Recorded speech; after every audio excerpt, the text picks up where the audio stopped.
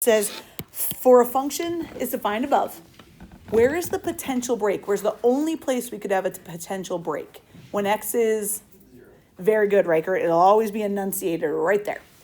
For what value of c makes the function continuous? For this function to be continuous, we just need to make sure that the function equals each other at that point. So let's go ahead and say the sine of 3x over 6x has to equal c. Okay, so on here, we're looking at sine of 3x over 6x has to equal c. And I said for what value of c is it continuous when x is 0? So you guys, we're going to go plug in 0. We're going to go plug in 0. But what's going to happen? 0 over 0. Does this remind anybody of a little bit of a rule that we had? Sine of 3x over 3x. Could I rewrite this left side as the sine of 3x over 3x times 1 over what would get this blue to equal what I started with in red? 2. You guys, so good. I've not changed my problem. I just made it look different. I rewrote it a little bit.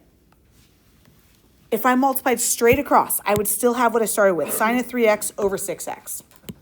Okay, and this still needs to equal c.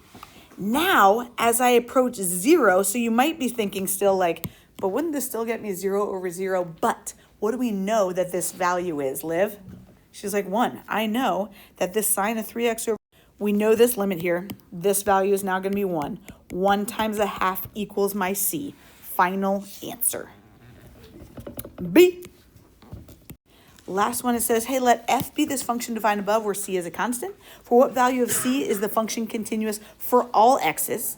Oh, and this one is calculator active. Again, anytime they say what makes it continuous, we want to set them equal to each other. For it something to be continuous, the limit from both sides has to equal each other. So let's go say 4 minus the cosine has to equal c plus 5 ln x plus c. Where is this break happening? At -1, right? So we need to go plug in a -1 into all of my x's. Then we're going to use our calculator. 4 minus the cosine of -1 equals c plus 5 ln -1 plus c. So now how can I let my calculator help me to see where these equal? We're going to go set this side as my y1. We're going to go set this side as my y2. We've got to make sure that we're in radians, guys. Make sure that we're in radians. And then we're going to do second calc intersect. Enter, enter, enter. 2.269. Boom. Okay, that was a lot. Couple things. We're going to be in radians this entire year, so that'll make a difference when sine and cosine and tangent are involved. Cool. And something I want to talk about based on these pictures, it says connecting infinite limits and vertical asymptotes. So this graph, I just want to maybe like help you into what I was trying to do here. This graph, this could even be like the XY axis if you want. And what would you say we've got at the going on right here?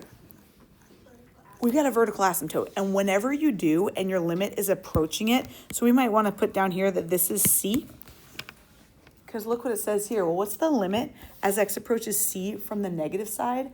What would you say? As x approaches c from the negative side, where's my lightsaber going?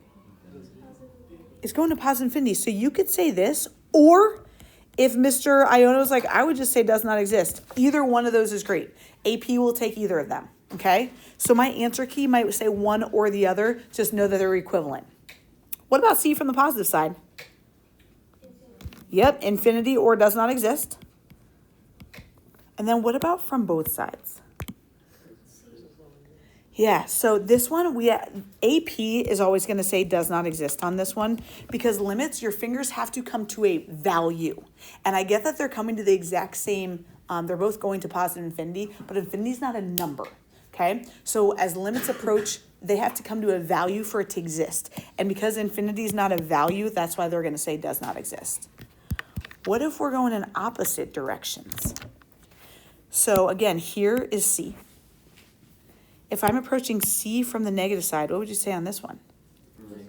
C from the left side, negative infinity, or if Matt and he wanted to say does not exist, either of those are great.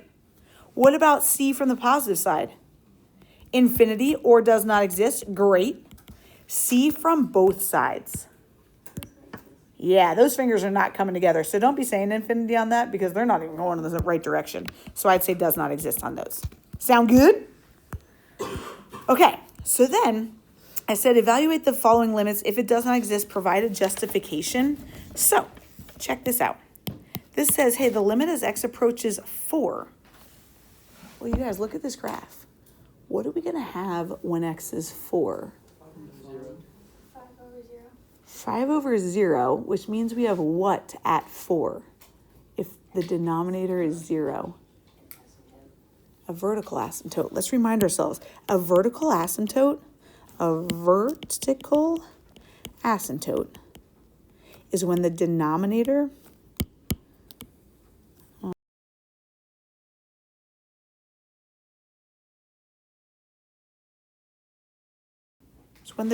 equals 0. Do you agree here? Oh, shoot, when does x minus 4 equal 0? We've got a vertical asymptote at 4. So, do you agree when I plug in the 4 here, I don't get 0 over 0. I get 5 over 0. So I know that I've got a vertical asymptote at x is 4. So even if you were to draw yourself a graph of it, you don't really need to. But we got a vertical asymptote going on at 4. Our graph is going to look a little something like this-ish. Or backwards, it could be like this. It doesn't matter what's going to happen. They're asking as x approaches 4 from both sides, what's going to happen? Even if it was like this, or like this. What are we going to say? Does not exist. Awesome. So we're going to say does not exist. And provide a justification. I think our justification is just that we have a vertical asymptote. That's how we know it does not exist. So let's go do this guy. What are we going to have at 2? You agree? We got a vertical asymptote at x is 2. So regardless,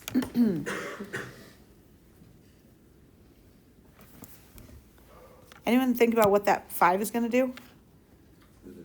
It's just going to shift it up. Great. We still have a vertical asymptote at 2. Let me just, yeah, does not exist. And our justification one more time. So we got that vertical asymptote. Let's just do these 3 and we're going to call it. Kate, now I have 1 over x, but I squared it. All of a sudden, anytime if it's just squared, my graph is going to look like this. Boop, boop. Do you guys agree? Where would be my vertical asymptote when x is what? 0. Yeah, because it's whenever your denominator is 0. Oh, I just got to square root that denominator to get x by itself, and the square root of 0 is still 0. So we've got a vertical asymptote at x is 0. So what do you think my limit's going to be as I approach 0 from the right side? Does not exist or infinity. I'll take either of those. What about as I approach from the left side? Does not exist or infinity. And if you're like, dude, if does not exist goes for all of them and it's going to be needed for the final one, then I'm just going to do does not exist the whole time. I dig that. Kate,